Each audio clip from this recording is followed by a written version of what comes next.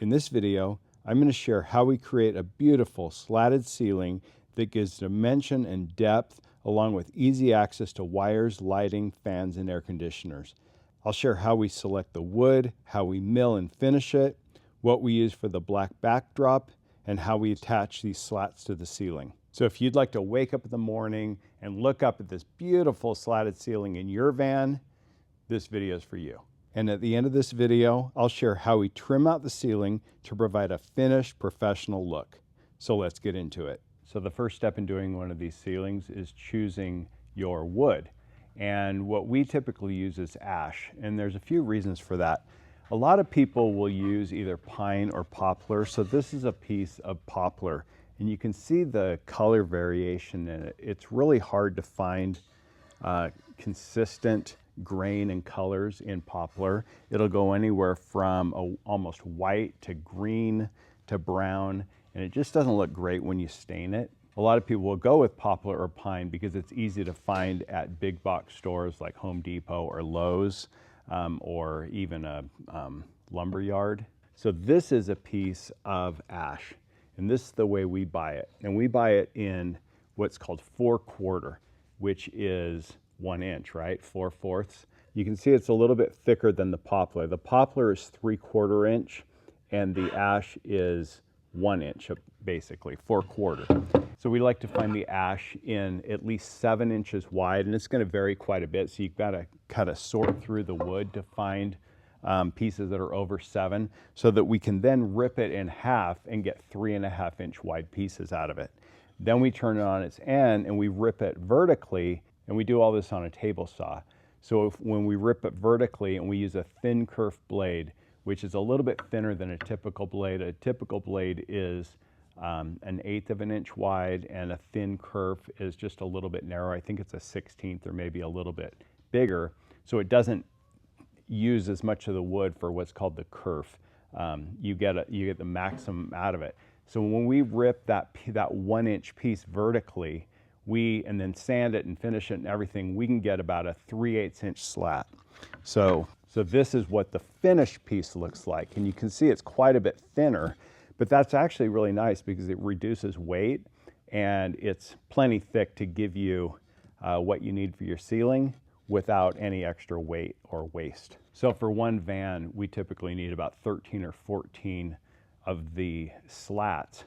So basically, we just need 4 of these boards, really like 3.5 of these boards to do an entire van, and that gives enough for all of our trim and everything else. So it actually can come out to be pretty inexpensive to buy it this way, although it is a lot more work. We get these ash boards at hardwood lumber yards, and there's a few of them in Salt Lake, and your city probably has some. You can look them up online and just find companies that supply hardwoods. And you can go there and they'll let you look through the pieces and pick the pieces that you like. We like to try and find some that are similar in color, similar in grain.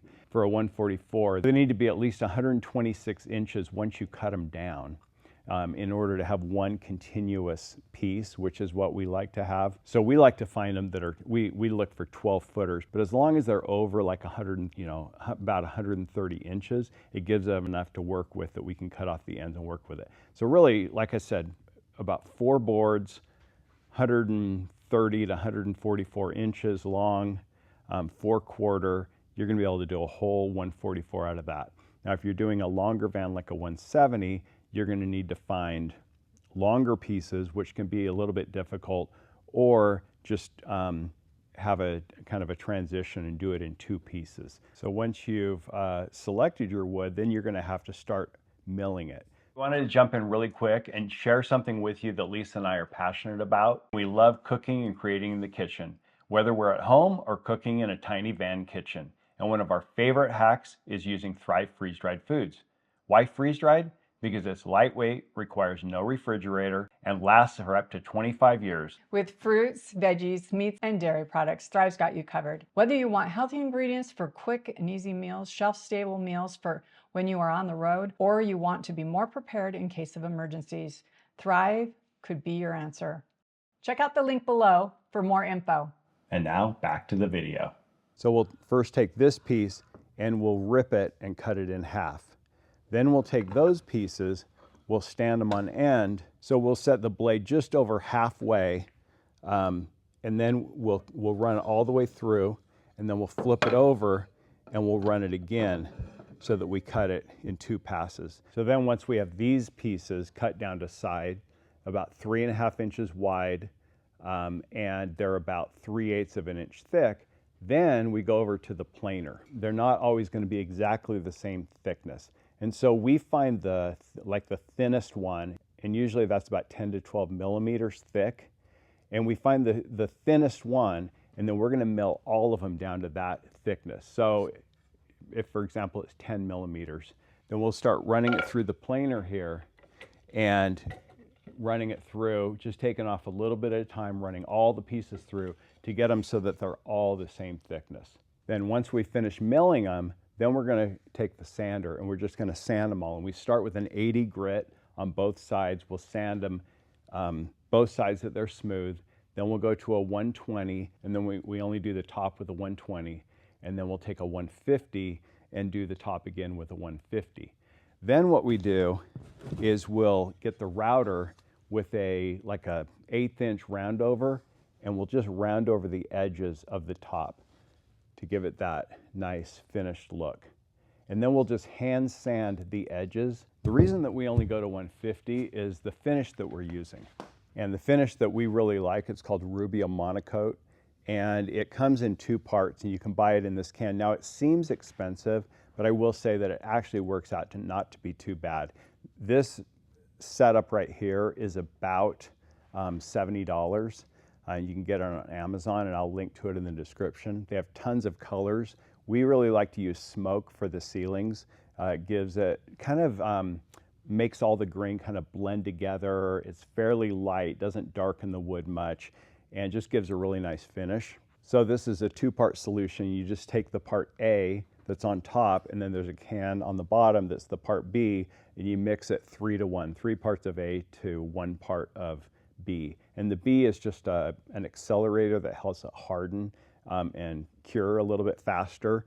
So really after 1 day, if you use the hardener, you can go ahead and put these slats up. If you don't use the hardener, then you probably need to wait maybe 4 or 5 days. Now you can also order the Rubio in these smaller containers that are, one of these would be enough to do 1 van ceiling. And I think these are about $20. And so they don't come with the accelerator. And like I said, the accelerator is really optional. It's just to speed up the process.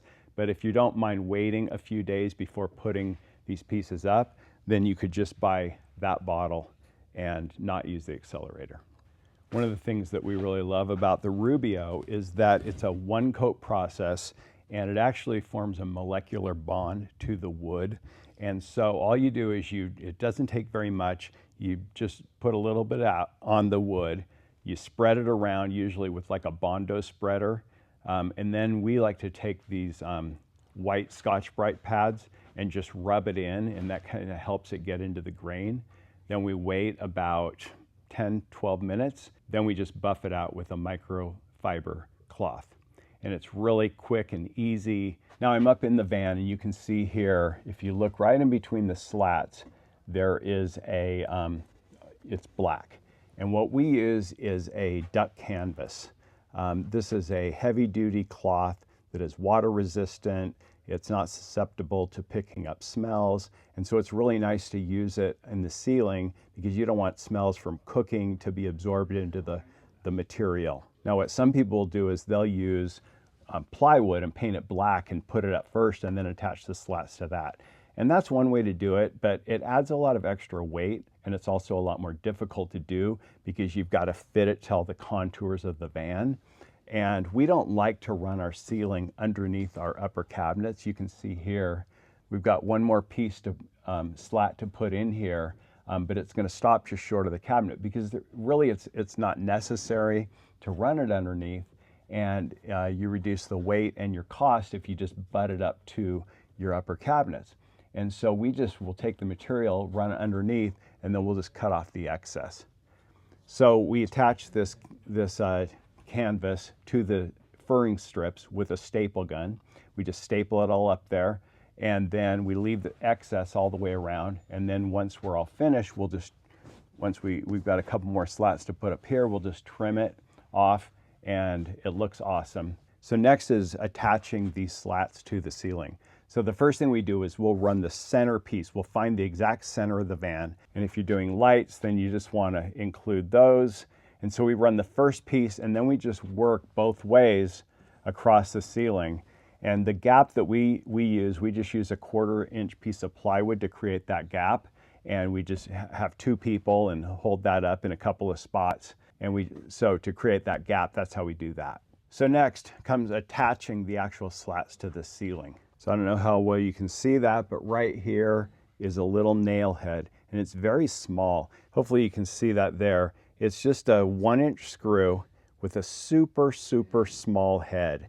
And so we'll drill it, pre-drill a hole because hardwoods are susceptible to splitting if you don't pre-drill. So we'll pre-drill a hole right into the ceiling, just big enough for this screw to fit in. Then we'll just take a countersink bit, and I'll link to the one that we use in the description, and we'll just hit it just a little bit, just to give it a little bit of a bevel so that this screw can sit flush. And we run those all the way across. So you can see here across the ceiling are those trim head screws. They look really clean as long as you line them up straight, and they're really strong. And we think it's just a really clean way to attach those to the ceiling. So that's it. It's really pretty simple to do. The biggest chore is in the prep, all the milling and sanding and finishing of the wood. We'll usually do enough wood for like 3 vans, and we can do that with 2 people in a couple of days. So with one van, you ought to be able to do all of this in one day. I'll tell you one thing I love about these vans is when you wake up in the morning and just look up, it just gives a really nice dimension to the van. You know, the van is a small space, but it really just makes it feel longer and more open with those slats and the background that gives a little bit of dimension. Another thing that's really nice about these is if you need to get in any wires or work on your fan or your air conditioner or get at your lights or anything like that, you can pop these slats out. You know, if you run into a problem down the line where maybe you have a leak or you need to run new wires or anything like that, it can be really, really difficult if you have a ceiling that doesn't provide access. Now, the last thing you have to deal with is just trimming this out. Once you've got all the pieces in, across the back, you're going to want to trim that out. All we do is we take a piece of the ash and we cut it in half, so it's about like 1.5 to 1 3/4 inches wide. And we just attach those to the ceiling. Across the back, across the front.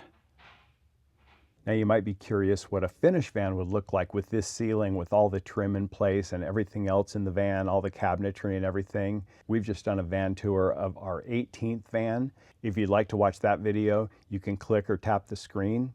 We've also got a ton of videos on van life, product reviews, DIY van conversion tips and tricks. So if you'd like to watch any of those, please check out the channel. And please consider subscribing and smash that like button. Jeff with Thrive Vans. Thrive on. See ya.